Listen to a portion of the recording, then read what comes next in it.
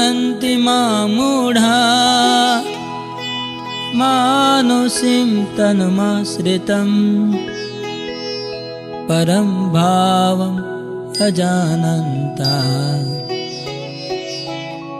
मम भूतमहेश्वरम्। অনুবাদ। আমি যখন মনুষ্যরূপে অবতীর্ণ হই তখন মূর্খেরা আমাকে অবজ্ঞা করে। তারা আমার পরম ভাব সম্বন্ধে অবগত নয় এবং তারা আমাকে সর্বভূতের মহেশ্বর বলে জানে না। তাৎপর্য: এই অধ্যায়ের পূর্ববর্তী শ্লোকগুলির ব্যাখ্যা থেকে স্পষ্টভাবে উপলব্ধি করা যায় যে নররূপে অবতরণ করলেও পরম পুরুষোত্তম ভগবান সাধারণ মানুষ নন। সমস্ত সৃষ্টির সৃজন, পালন ও সংহারকর্তা পরমেশ্বর ভগবান কখনোই একজন মানুষ হতে পারেন না। কিন্তু তবুও অনেক মূঢ় লোক মনে করে যে শ্রীকৃষ্ণ একজন শক্তিশালী মানুষ মাত্র এবং তার চেয়ে বেশি কিছু নয়। প্রকৃতপক্ষে শ্রীকৃষ্ণ হচ্ছেন আদিপুরুষ পরমেশ্বর ভগবান। ব্রহ্মসংহিতাতে তার বর্ণনা করে বলা হয়েছে, ঈশ্বর পরম কৃষ্ণ, তিনি হচ্ছেন পরম ঈশ্বর। সৃষ্টিতে একাধিক ঈশ্বর বা নিয়ন্তা রয়েছেন এবং তাদের একজনের থেকে আরেকজনকে শ্রেয় বলে মনে হয়। জড়জগতে সাধারণত প্রতিটি প্রশাসনে কোনো সচিব, সচিবের উপরে মন্ত্রী এবং সেই মন্ত্রীর উপরে রাষ্ট্রপতি শাসন করেন। এরা সকলেই নিয়ন্তা, কিন্তু তারা প্রত্যেকেই আবার কারো না কারো দ্বারা নিয়ন্ত্রিত হন। ব্রহ্মসংহিতাতে বলা হয়েছে যে শ্রীকৃষ্ণ হচ্ছেন পরম নিয়ন্তা। জড় ও চিন্ময় এই উভয় জগতে নিঃসন্দেহে অনেক নিয়ন্তা আছেন, কিন্তু শ্রীকৃষ্ণ হচ্ছেন পরম নিয়ন্তা, ঈশ্বর পরম কৃষ্ণ। এবং তার শ্রীবিগ্রহ হচ্ছে সচ্চিদানন্দ ঘন, অর্থাৎ অপ্রাকৃত। পূর্ব শ্লোকগুলিতে বর্ণিত সমস্ত অদ্ভুত কার্যকলাপ সম্পাদন করা জড়জাগতিক কলেবর বিশিষ্ট মানুষের পক্ষে সম্ভব নয়। ভগবানের শ্রীবিগ্রহ সচ্চিদানন্দময়। যদিও তিনি একজন সাধারণ মানুষ নন, কিন্তু তবুও মূঢ় লোকেরা তাকে একজন সাধারণ মানুষ বলে মনে করে তাকে অবজ্ঞা করে। তার শ্রীবিগ্রহকে এখানে মানুষীম বলা হয়েছে কারণ যুদ্ধে তিনি একজন রাজনীতিজ্ঞ ও অর্জুনের সখারূপে মানুষের মতো লীলা করেছিলেন। বিভিন্নভাবে তিনি একজন সাধারণ মানুষের মতো লীলা করলেও তার রূপ হচ্ছে সচ্চিদানন্দ বিগ্রহ, শাশ্বত আনন্দ এবং জ্ঞানে পরিপূর্ণ। বৈদিক শাস্ত্রেও সেই কথা প্রতিপন্ন করা হয়েছে, সচ্চিদানন্দ রূপায় কৃষ্ণায়। আমি পরম পুরুষোত্তম ভগবান শ্রীকৃষ্ণের চরণে প্রপত্তি জানাই, যার রূপ সচ্চিদানন্দময়। বৈদিক শাস্ত্রে আরও অনেক বিবরণ আছে।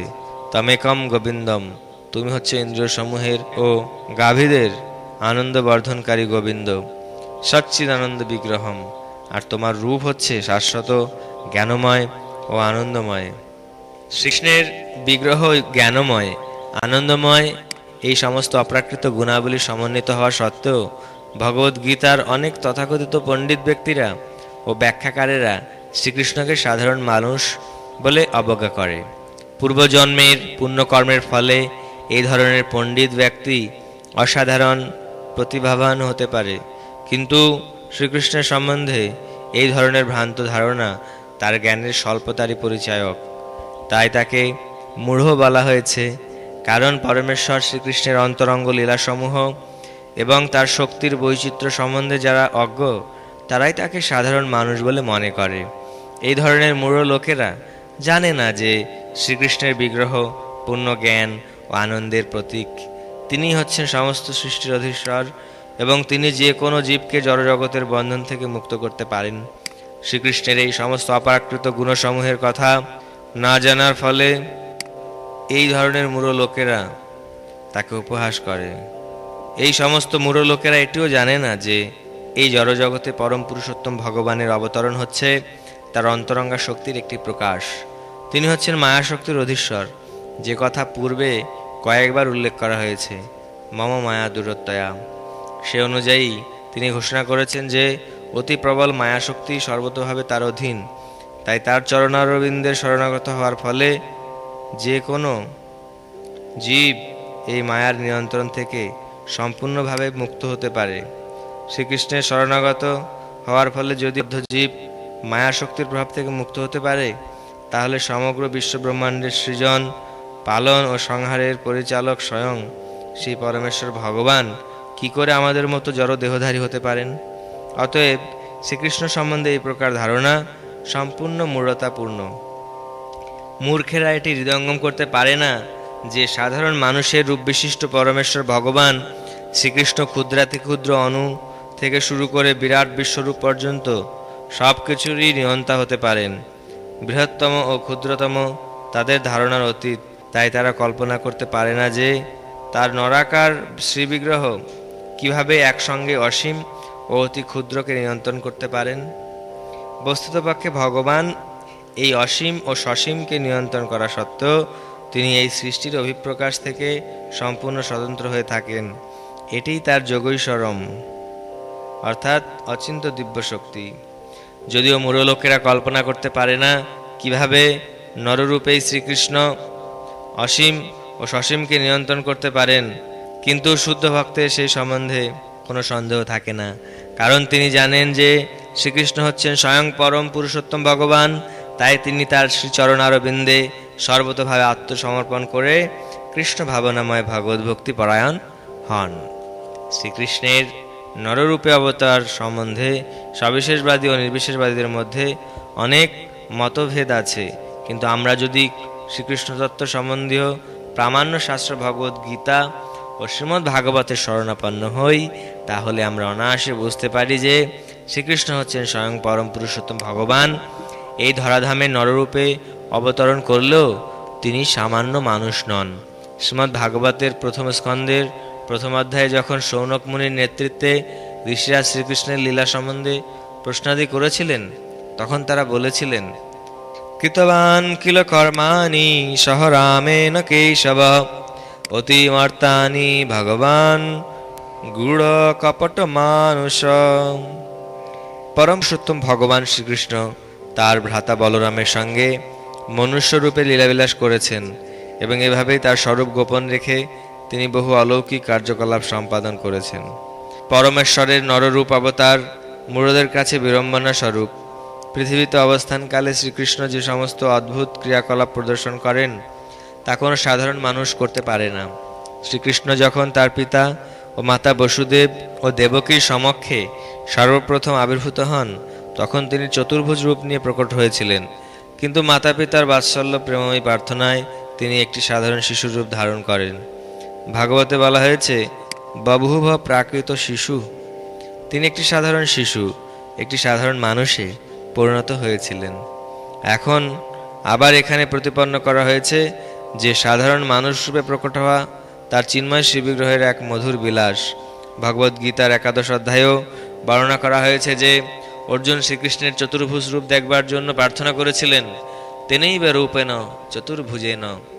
এই চতুর্ভুজ রূপ প্রকাশের পর অর্জুনের প্রার্থনায় শ্রীকৃষ্ণ পুনরায় তার আদি মনুষ্য রূপ মানুষম রূপম ধারণ করেছিলেন। ভগবানের এই বিবিধ রূপ বৈচিত্র্য সাধারণ মানুষের সাধ্য নয়। কিছু লোক যারা মায়াবাদের দ্বারা কলুষিত হওয়ার ফলে শ্রীকৃষ্ণকে উপহাস করে, তারা শ্রীকৃষ্ণকে সাধারণ মানুষ বলে প্রতিপন্ন করবার উদ্দেশ্যে শ্রীমদ্ ভাগবতের এই শ্লোকটি উদ্ধৃত করে, অহম সর্বেষু ভূতেষু ভূতাত্মা অবস্থিত সদা। আমি সর্বদা সমস্ত জীবের মধ্যে পরমাত্মারূপে অবস্থান করি। শ্রীকৃষ্ণকে উপহাসকারী অনধিকারী ব্যক্তিদের মনোকল্পিত ব্যাখ্যার অনুসরণ না করে এই শ্লোকের তাৎপর্য শ্ল জীব গোস্বামী ও শ্ল বিশ্বনাথ চক্রবর্তী ঠাকুর আদি বৈষ্ণব আচার্যদের ব্যাখ্যা অনুসারে বুঝতে চেষ্টা করা উচিত। এই শ্লোকের টিকায় শ্ল জীব গোস্বামী বলেছেন যে শ্রীকৃষ্ণ পরমাত্মা রূপে স্থাবর ও জঙ্গম সমস্ত জীবের মধ্যে অবস্থান করেন। তাই যে প্রাকৃত ভক্ত কেবল মন্দিরে প্রতিষ্ঠিত ভগবানের অর্চামূর্তির পরিচর্যায় ব্যস্ত, কিন্তু অন্যান্য জীবদের সম্মান দিতে জানে না, তার অর্চা পূজা ব্যর্থ। 3 শ্রেণীর ভগবত ভক্তদের মধ্যে প্রাকৃত ভক্তেরা সবচেয়ে কনিষ্ঠ শ্রেণীভুক্ত। সে অন্য ভক্তদের উপেক্ষা করে মন্দিরের অর্চা বিগ্রহের প্রতি একাগ্র হয়ে থাকে। সুতরাং বিশ্বনাথ চক্রবর্তী ঠাকুরের সাবধান বাণী হচ্ছে যে এই প্রকার মনোবৃত্তি সংশোধন করা আবশ্যক। ভক্তের দেখা উচিত যে যেহেতু পরমাত্মা রূপে শ্রীকৃষ্ণ সমস্ত জীবের হৃদয়ে বিরাজমান থাকেন, তাই প্রতিটি জীব হচ্ছে ভগবানের মন্দির। ভগবানের মন্দিরকে যেভাবে অভিবাদন করা হয়, তেমনি পরমাত্মার মন্দির স্বরূপ প্রতিটি প্রাণীকে যথোচিত সম্মান করা উচিত। প্রত্যেককেই যথোচিত শ্রদ্ধা জানানো উচিত এবং ওই কাউকে অবহেলা করা উচিত নয়। অনেক নির্বিশেষবাদী আছে যারা মন্দিরে ভগবানের শ্রীবিগ্রহের অর্চনা করাকে উপহাস করে। তারা তর্ক করে যে ঈশ্বর সর্বব্যাপক, অতএব মন্দিরে পূজা করে তাকে সীমিত করা হবে কেন? কিন্তু ভগবান যদি সর্বব্যাপক হন, তাহলে কি তিনি মন্দিরে অথবা অর্চা বিগ্রহে নেই? সবিশেষবাদী এবং নির্বিশেষবাদীরা যদি এভাবেই আবহমান কাল তর্ক করে থাকে, কিন্তু কৃষ্ণ ভাবনাময় শুদ্ধ ভক্ত যথার্থই জানেন যে ভগবান শ্রীকৃষ্ণ পরম পুরুষোত্তম হলেও তিনি সর্বব্যাপক। ব্রহ্ম সংহিতাতেও সেই কথা প্রতিপন্ন করা হয়েছে। তার পরম ধাম গোলক বৃন্দাবনে নিত্য বিরাজমান হওয়া সত্ত্বেও তিনি তার বিবিধ শক্তির প্রভাবে এবং তার অংশ কলার প্রকাশের মাধ্যমে প্রাকৃত ও অপ্রাকৃত সৃষ্টির সর্বত্র বিরাজমান। মোঘ